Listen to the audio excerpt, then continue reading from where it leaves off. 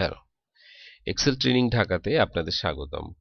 এখন আমি Excel management training কোর্সের মডিউল 2.7 নিয়ে আলোচনা করব।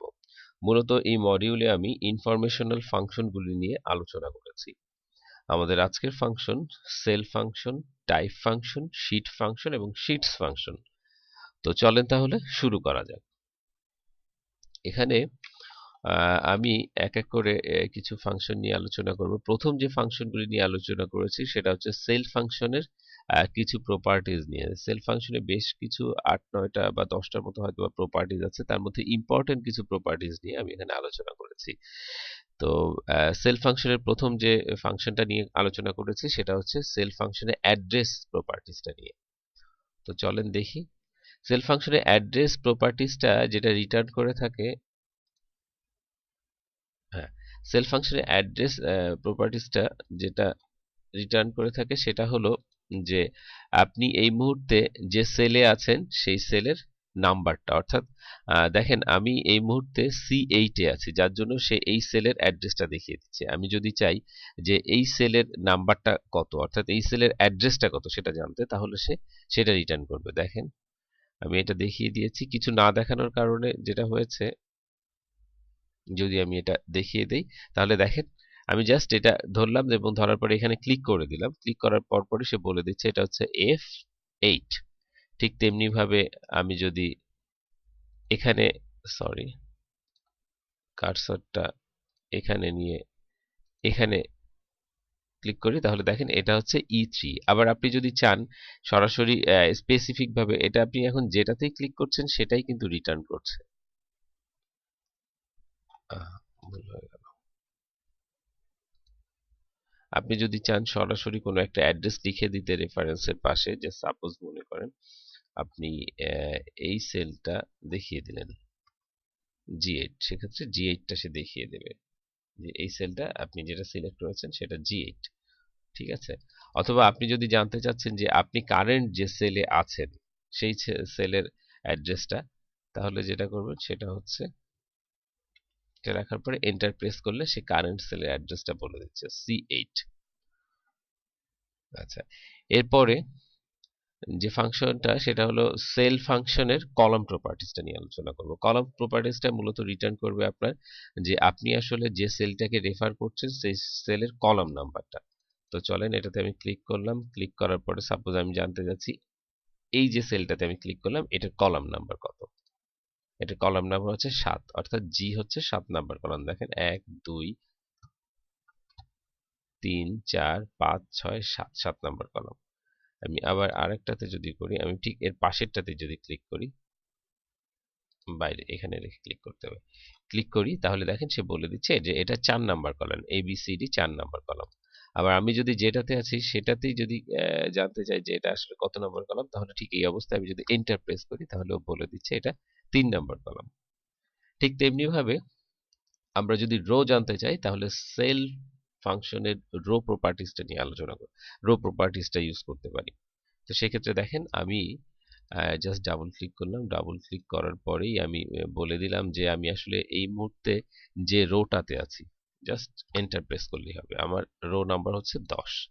আমি যদি এখানে ক্লিক করি, এখানে রেখে, তাহলে দেখেন বলে দিচ্ছে যে এটা রো নাম্বার হচ্ছে 3।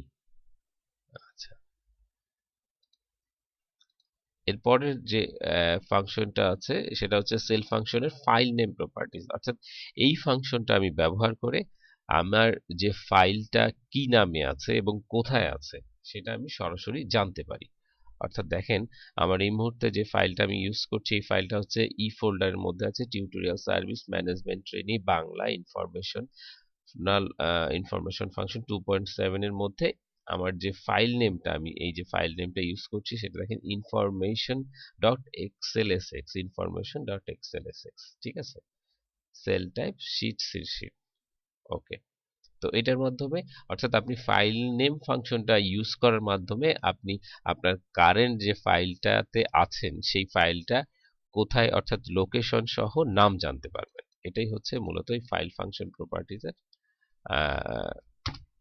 কাজ। তো এরপরে যদি আমি উইথ ফাংশনটা ব্যবহার করি, উইথ ফাংশনটা ব্যবহারের মাধ্যমে আপনি যে কলামে আছেন সেই কলামের উইথ সম্পর্কে আপনি জানতে পারবেন। সাপোজ আপনি জানতে চাচ্ছেন যে আপনি এই কলামের উইথ, আমরা এখানে ক্লিক করলাম, ক্লিক করার পর আপনি সরাসরি লিখে দিতে পারেন। এর প্রত্যেকটা ফাংশনে, বিশেষ করে এই উপরের ফাংশনগুলোর ক্ষেত্রে কিন্তু এরকম ভাবে লিখে দিতে পারেন যে আপনি কোন সেলটার উইথ জানতে চান, বা কোন সেলটার রো জানতে চান, বা কোন সেলটার কলাম জানতে চান, সবকিছুই কিন্তু আপনি কমা দিয়ে লিখে দিতে পারেন। যেমন দেখেন আমি এখানে বলে দিয়েছি যে এই কলামটার উইথটা কত আছে আমি সেটা জানতে চাই। তো আমি দেখিয়ে দিয়ে এন্টার প্রেস করলাম, ও বলে দিল যে এটা উইথ আছে 8। দেখেন এটা উইথ, যদি আমি এখানে ক্লিক করি, ওই দেখেন 8.43 আছে। যদি আমি একটু বাড়িয়ে দেই তাহলে যেটা হবে, যদি এখানে ক্লিক করে আবার এন্টার প্রেস করি, এখন দেখেন 14 হয়ে গিয়েছে, কারণ আমি এটাকে বাড়িয়ে দিয়েছি। এটাই হলো মূলত উইথ ফাংশনের কাজ, অর্থাৎ উইথটা রিটার্ন করে থাকে। আচ্ছা, এরপর আমরা আরেকটা ফাংশনে যাব, সেটা হচ্ছে টাইপ ফাংশন। আমি এখানে মূলত টাইপ ফাংশনের 4টা প্রপার্টিজ নিয়ে আলোচনা করেছি। টাইপ ফাংশনটা মূলত আমাদের সেলের মধ্যে যে লেখাগুলি থাকে সেই লেখাগুলির টাইপগুলি রিটার্ন করে থাকে। যদি টাইপটা হয়ে থাকে টেক্সট টাইপ তাহলে সে 2 রিটার্ন করে থাকে, যদি টাইপটা হয়ে থাকে নাম্বার টাইপ তাহলে 1 রিটার্ন করে থাকে, যদি টাইপটা হয়ে থাকে এরর টাইপ তাহলে সে 16 রিটার্ন করবে, এবং যদি টাইপটা হয়ে থাকে অ্যারে টাইপ তাহলে সে 64 রিটার্ন করবে। তো এগুলি চেকের মাধ্যমে দেখেন আমি যেটা করেছি, জাস্ট টাইপ লিখে আমি একটা লেখা লিখে দিয়েছি, যার জন্য সে 2 রিটার্ন করেছে। আর ঠিক তেমনি ভাবে আমি লেখা লিখে 100 রিটার্ন করেছি, 1 রিটার্ন করেছে।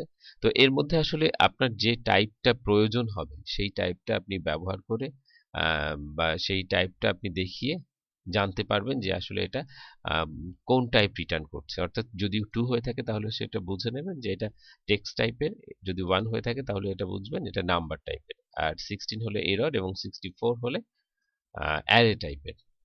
তো এটাই মূলত টাইপ ফাংশন আমাদেরকে রিটার্ন দিয়ে থাকে।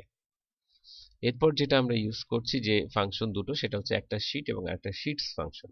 শীট ফাংশনটা সাধারণত রিটার্ন করে থাকে যে আপনি এই মুহূর্তে কত নাম্বার শীটে আছেন সেটা। অর্থাৎ আপনার এখানে আপনি যদি একটু, আমি যদি আপনাকে একটু নিচে নামিয়ে দেখাতে পারি, উম, এটাকে করা যেতে পারে। আচ্ছা, আমি এটাকে একটু ছোট করে ফেলছি।